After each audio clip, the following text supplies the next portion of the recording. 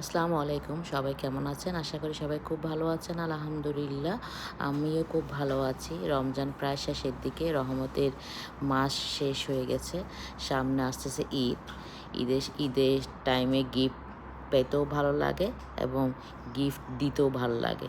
এরকম একটা ভিডিও আপনাদের সামনে নিয়ে আমি হাজির হয়েছি। আমার ভাই রাসেল কাইমাতে থাকে, বোনের জামাই। সে আমার জন্য গাছের পাকা, মানে খেজুর গাছের পাকা খেজুর রোদে শুকাইয়া সে 10 কেজির মতো নিয়ে আসছে।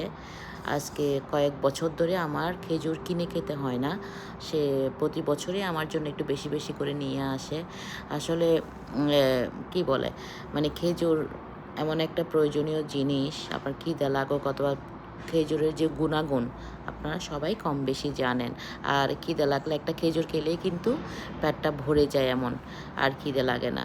তো এই খেজুরগুলা দুবাইতে আপনারা জানেন খেজুরের বাগান আছে এবং খেজুর হয় এখানে, এবং বিভিন্ন ব্র্যান্ডের খেজুর আছে। কিন্তু এই খেজুরগুলা যেগুলো দেখতে পাচ্ছেন বড় বড় সাইজ, খেজুরগুলা গাছের পাকা এবং এত স্বাদ, মানে আপনাদেরকে আসলে না খাওয়ালে বোঝানো যাবে না। যাই হোক, আলহামদুলিল্লাহ এতগুলো 10 কেজির মতো খেজুর নিয়ে আসছে আমার জন্য।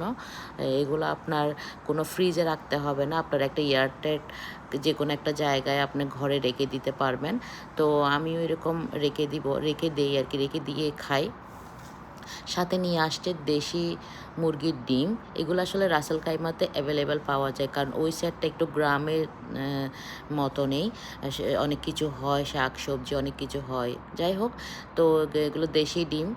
অনেক বছর পরে দেখলাম ছোট ছোট প্রায় 30টার মতো ডিম নিয়ে আসছে। আলহামদুলিল্লাহ আরও অনেক কিছু নিয়ে আসছে।